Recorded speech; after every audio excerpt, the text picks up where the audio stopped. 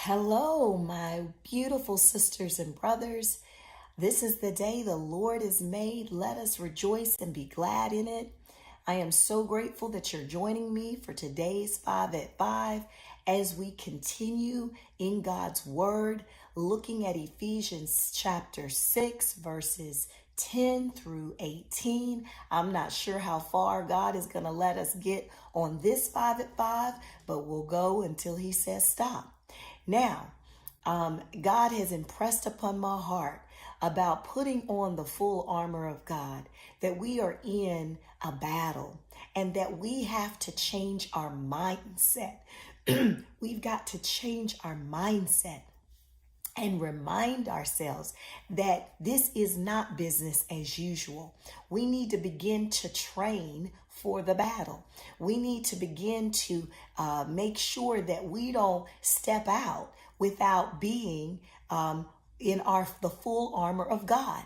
That means in the morning when I get up, I need to recognize, okay, yes, this is the day that the Lord has made, and I will rejoice and be glad in it, and recognize that I need to put on the full armor of God because the enemy is ready to pounce, and he's ready to get me the way he's always gotten me. But not today, Satan, because I have put on my full armor. When we were together the last time, we looked at Ephesians 6 and we only got to 10 and 11. I'm going to read those really quickly and I'm going to continue on. In conclusion, be strong in the Lord. Be empowered through your union with Him. Draw from your strength from Him. So we studied and said we have to remain in Him. That strength which His boundless might provides.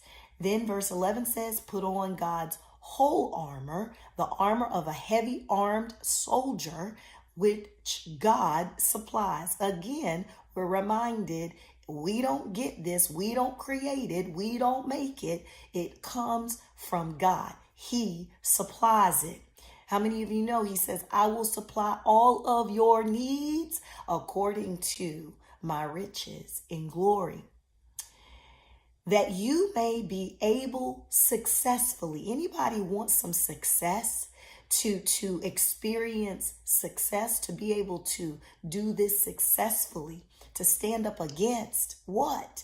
The strategies and the deceits of the devil. He is full of schemes and strategies, and he knows you and he knows me, and what he comes at me against and what he comes at you against might look different, but he knows us and he knows how to come against us. So we have to be prepared. We don't just show up, we prepare. We don't just go out naked, we get dressed. We are clothed in the armor of God. Now, verse 12. For we are not wrestling against flesh and blood. We're not contending only with physical opponents. Okay, so let's stop for a second. That means that whoever's getting on your nerves or coming against you, or you think you have conflict with this person or that person, person doesn't like me, this person, I don't like this, whatever it might be, your boss, your spouse, your children, your family, people you don't know, whoever it might be. But what I'm going to tell you is this, that it ain't them. It's the enemy. Remember, we are not wrestling against flesh and blood, but the enemy will use anybody who's usable. You know what I'm saying? So, for we are not wrestling against flesh and blood, but against, can you say but against? Against rulers, against powers, against wickedness. It says the master spirits who are the world rulers of this present darkness, against the spirit forces of wickedness in heavenly supernatural places. Okay, there's a sphere of wickedness. We cannot just assume that everything is happy, happy, fun, fun. Just because you can't see something with your eyes, your physical eyes. This is why we have to realize, as our pastor continues to tell us, that we are not just sod, right? We are not just sod, but we have a soul and we are spirit. We are three in one. And that's so important because it's not just this physical sight.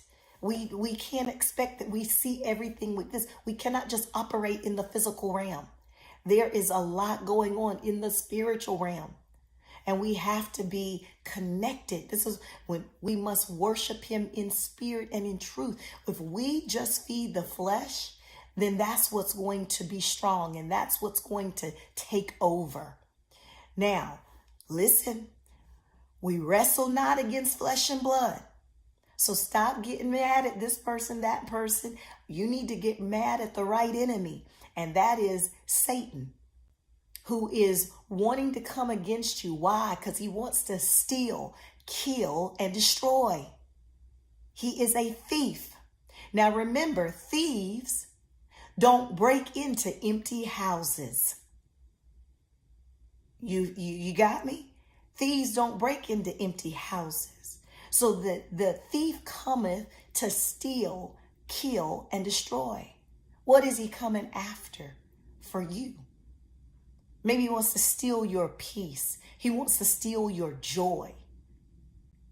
He wants to steal your contentment, whatever it might be, your gratitude. He wants to steal. And we have to be on guard. This is why we've got to put on the full armor of God. 13 says, therefore, put on God's complete armor that you may be able to resist and stand your ground on the evil day of danger. And having done all the crisis demands, to stand firmly in your place. See, I'm telling you, we have to put on this full armor in order to be able to resist. The Bible says, resist the devil and he will flee. Resist. How do we resist? How do we stand our ground? We got to put on the full armor of God. Verse 14 says, stand therefore, hold your ground, having tightened the belt of truth around your loins, and having put on the breastplate of integrity and of moral rectitude and right standing with God.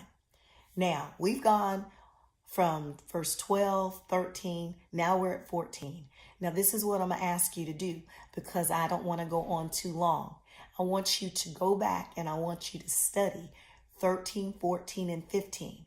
Now, when I come back together with you, not 15, 12, 13, and 14.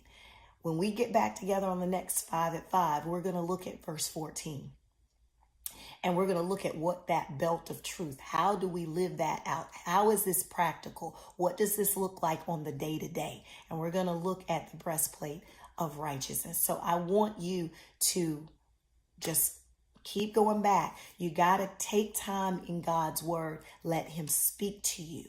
And I look forward to us getting together again so we can go into this even deeper. Don't forget to put on your armor for battle. Every day we enter into battle. I look forward to seeing you on the next 5 at 5. Be blessed.